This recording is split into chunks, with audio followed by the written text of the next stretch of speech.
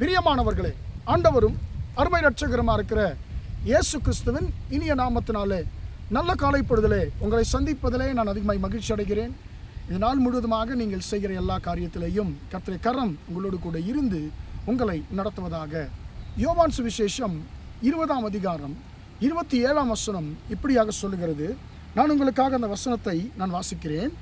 பின்பு அவர் தோமாவை நோக்கி, நீ உன் விரலை இங்கே நீட்டி என் கைகளை பார், உன் கையை நீட்டி என் விலாவிலே போடு, அவிசுவாசியாயிராமல் விசுவாசியாயிரு என்றார்.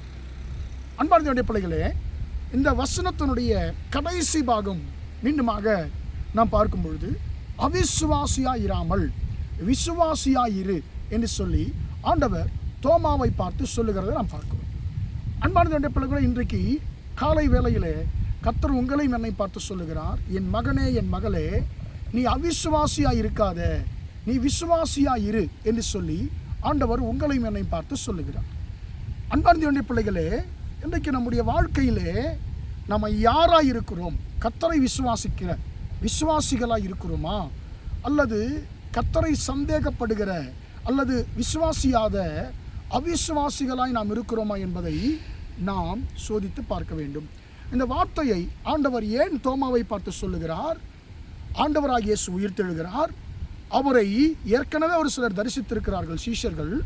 தரிசித்த சீஷர்கள் சொல்லுகிறார்கள், உண்மையாகவே நம்முடைய ஆண்டவர் உயிர்த்தெழுந்து விட்டார் தோமா, நாங்கள் பார்த்தோம் என்று சொன்னால் அவர் சொல்லுகிறார், நான் நம்ப மாட்டேன், அவருடைய காயங்களை பார்த்தாலொழிய நான் விசுவாசிக்க மாட்டேன் என்று சொல்லி தோமா சொல்லுகிறார். அப்போது மீண்டுமாக 8 நாளைக்கு பின்பு ஆண்டவராகிய இயேசு கிறிஸ்து தன்னுடைய சீஷர்களுக்கு அவர் தரிசனமாகிறார். தோமா அப்பொழுது அங்கே இருக்கிறார். ஆண்டவர் தோமாவை பார்த்து அப்பொழுதுதான் அந்த வார்த்தை சொல்லுகிறார், தோமாவே, என்னுடைய காயங்களை பார், உன்னுடைய கைகள் நீட்டி என்னுடைய விலாவிலே போடு, நீ அவிசுவாசியாயிராத, நீ விசுவாசியாயிரு என்று சொல்லி ஆண்டவர் சொல்லுகிறார்.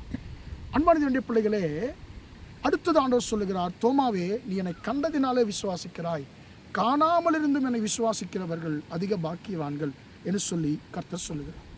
அன்பான பிள்ளைகளே, நீங்களும் நானும் கர்த்தரை எந்த அளவுக்கு நாம் விசுவாசிக்கிறோம்? சிலர் சொல்லுகிறார்கள், எனக்கு ஆண்டவர் நன்மை செய்யட்டும், அதன் பிறகு நான் அவரை விசுவாசிப்பதை குறித்து யோசிப்பேன். அப்போ கூட விசுவாசிக்க மாட்டாங்களாம், யோசிப்பாங்களாம். இதுதான் மனுஷனுடைய வாழ்க்கை. அன்பான பிள்ளைகளே, நாம் விசுவாசிகளாய் இருக்க வேண்டும் என்று சொல்லி ஆண்டவர் சொல்லுகிறார். அவிசுவாசமாய் நீங்களும் நானும் இருக்கும் பொழுது எந்த ஒரு நன்மையும் நீங்களும் நானும் பெற்றுக்கொள்ள முடியாது.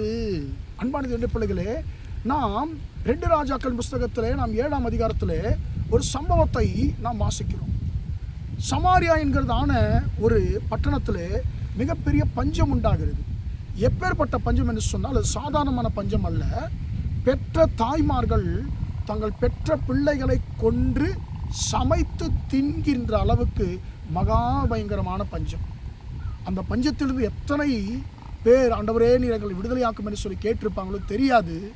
ஆண்டவரும் அவர்களுக்கு மனம் இறங்குகிறார். ஆண்டவர் சொல்லுகிறார், எலிசா தீர்க்கதரிசியை அனுப்பி, எலிசாவே, நான் என் ஜனங்களுக்கு செய்ய போகிற நன்மையை போய் சொல்லு என்று சொல்லி ஆண்டவர் அனுப்புகிறார். அப்பொழுது எலிசா தீர்க்கதரிசி வந்து சொல்லுகிறார், கர்த்தருடைய வார்த்தையை கேளுங்கள், நாளைக்கு இந்நேரத்தில் உங்கள் பஞ்சம் ஆண்டவர் நிவர்த்தி ஆக்குவார் என்பதாக அவர் சொல்லுகிறார்.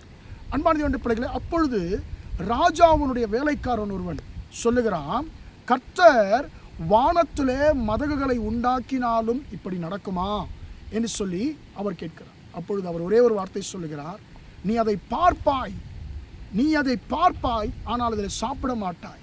நீ அந்த ஆசீர்வாதத்தை பார்ப்பாய், நீ கர்த்தரை விசுவாசியாதபடியினாலே அந்த ஆசீர்வாதத்தில் உன்னால் பங்கு கொள்ள முடியாது என்று சொல்லி சொல்லுகிறார். அன்பார்ந்த என்ன நடந்தது?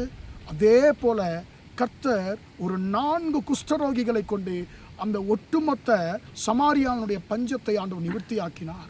இப்போ என்ன நடக்குது?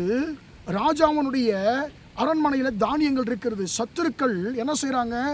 இவர்கள் வெளியே வர முடியாத அளவுக்கு வெளியிலே சுற்றி வளைத்திருப்பாங்க.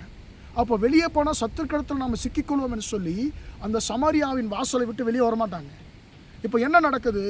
4 குஷ்டரோகிகள் போய் ஆண்டவர் பெரிய ஒரு காரியத்தை செய்கிறார். அதை சொல்ல நமக்கு நேரமில்லை. ஆண்டவர் அந்த குஷ்டரோகிகள் மூலமாக ஒரு பெரிய ஒரு காரியத்தை செய்கிறார். அன்பான தேவனுடைய பிள்ளைகளே, எல்லா சத்துருக்களும் அவன் இந்த சமாரியாவை சுற்றிலும் இருந்த எல்லா சத்துருக்களும், யுத்தத்திற்கு அணிவகுத்து நின்ற சத்துருக்கள், முற்றுகை போட்டிருந்த சத்துருக்கள் எல்லோரும் ஓடி போகிறார்கள். அன்பான தேவனே, அந்த செய்தி ராஜா அரண்மனைக்கு வருகிறது. ராஜா, இப்படி சத்துருக்கள்லாம் ஓடிட்டாங்க, அங்கே போஜனங்கள் இருக்கிறது, தானியம் இருக்கிறன்னு சொல்லி அவர்கள் சொல்லுகிறார்கள். அன்பான தேவனே, அப்பொழுது மொத்த தானியமும் ராஜாவுடைய அரண்மனைக்கு கொண்டு வரப்படுகிறது. இப்போ ஜனங்களுக்கு செய்தி போய்விட்டது, ராஜ அரண்மனையிலே தானியங்கள் இருக்கிறன்னு சொல்லி. இப்போ ஜனங்கள் எல்லாருமே பசியோடு இருக்கிறாங்க இல்லையா? ஏற்கனவே பிள்ளைகளை கொன்று சமைத்து தின்கின்ற நிலை வந்து விட்டது. இப்போ எல்லாருமே கொலை பட்டினியில் இருக்கிறாங்க. எல்லோரும் இப்போ ராஜ அரண்மனையை நோக்கி படையெடுக்கிறாங்க. ராஜா என்ன செய்கிறாரு? இந்த அவிசுவாச வார்த்தைகளை சொன்ன அந்த பிரதானியை காவலுக்கு அந்த வாசலிலே வைக்கிறார். ராஜ அரண்மனை வாசலில் வைக்கிறார். வசனம் என்ன தெரியுமா சொல்லுகிறது? அந்த பிரகாரமாகத்தானே அவனுக்கு நடந்தது. ஜனங்கள் அவனை மிதித்ததினாலே அவன் செத்து போனான். அன்பான தேவனுடைய பிள்ளைகளே, நாம் எதை விதைக்கிறோமோ அதைத்தான் நாம் அறுப்போம். இந்த மனுஷன் விசுவாசித்திருந்தால் நிச்சயமாக அவனுக்கு நன்மை நடந்திருக்கும். இந்த மனுஷன் விசுவாசியாதபடினாலே இவன் என்ன விதைத்தானோ அதை அவன் பெற்றுக்கொண்டான்.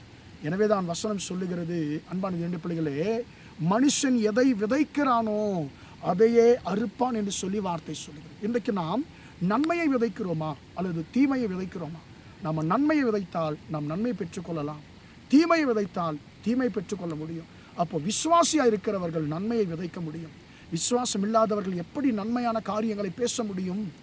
அன்பானது, எனவே தான் ஆண்டவர் சொல்லுகிறார், தோமாவே, நீ அவிசுவாசியாயிராதே, விசுவாசியாயிரு என்று சொல்லுகிறார். மத்தேயு 13ஆம் அதிகாரம் கடைசி வசனம் நம்மை தெளிவாக எச்சரிக்கிறது. அவர்களுடைய அவிசுவாசத்தினாலே அங்கே அவர் அநேக அற்புதங்களை செய்யவில்லை என்று சொல்லி வார்த்தை வசனம் சொல்லுகிறது, விசுவாசிக்கிறவனுக்கு எல்லாம் கூடும். நீ விசுவாசிக்க கூடுமானால் ஆகும், விசுவாசிக்கிறவனுக்கு எல்லாம் கூடும். அப்போ விசுவாசிக்கிறவன் எல்லாவற்றையும் பெற்றுக்கொள்வான். விசுவாசியாதவன் ஒன்றத்தையுமே பெற்றுக்கொள்ள முடியாது. எல்லா நன்மைகளும் அவனுக்கு ஒரு எட்டாக்கனியாக, காணல் நீராகத்தான் இருக்கும். இன்றைக்கு நாம் யாராக இருக்கிறோம் என்பதை நாமே பரிசோதித்து பார்ப்போம். ஜெபிப்போம். இரக்கமுள்ள தகப்பனே, உம்மை நன்றியோடு துதிக்கிறோம், ஸ்தோத்திரிக்கிறோம் ஐயா. இம்மட்டுமாக உம்முடைய வார்த்தைகளை கேட்ட உம்முடைய பிள்ளைகளை நீங்கள் ஆசீர்வதிங்க. அவிசுவாசியாயிராமல் விசுவாசியாயிரன்னு நீங்கள் சொல்லியிருக்கிறீங்க. ஆண்டவரே, நாங்கள் அப்போ அவிசுவாசப்படுகிற அந்த ராஜாவின் பிரதானியை போல் இல்லாமல் ஆண்டவரே, நாங்கள் விசுவாசிக்கிறவர்களாயிருக்க கர்த்தாவே நீங்கள் உதவி செய்யுங்க. ஆண்டவரே, இக்கட்டான சூழ்நிலைகளையும் என் தேவன் எல்லாவற்றையும் செய்ய வல்லவர் என்பதை ஆண்டவர் நாங்கள் விசுவாசிக்கக்கூடிய அந்த விசுவாசத்தை எங்களுக்கு தருவீராக. ஆண்டவரே, உம்முடைய பிள்ளைகளுக்கு இதுவரைக்கும் எட்டாக்கனியாக இருக்கிறதான ஆண்டவரே ஸ்தோத்திரம். ஆண்டவரே, எல்லா அவிசுவாசத்தின் கிரியைகளும் நீர் கொடுக்க விரும்புகிற ஆசீர்வாதங்களை உம்முடைய பிள்ளைகளுக்கு எட்டாக்கனியாய் மாற்றுகிற ஆண்டவரே, உம்முடைய பிள்ளைகளுக்கு எல்லா ஆசீர்வாதம் காணல் நீராய் மாற பண்ணுகிற ஆண்டவரே ஸ்தோத்திரம்.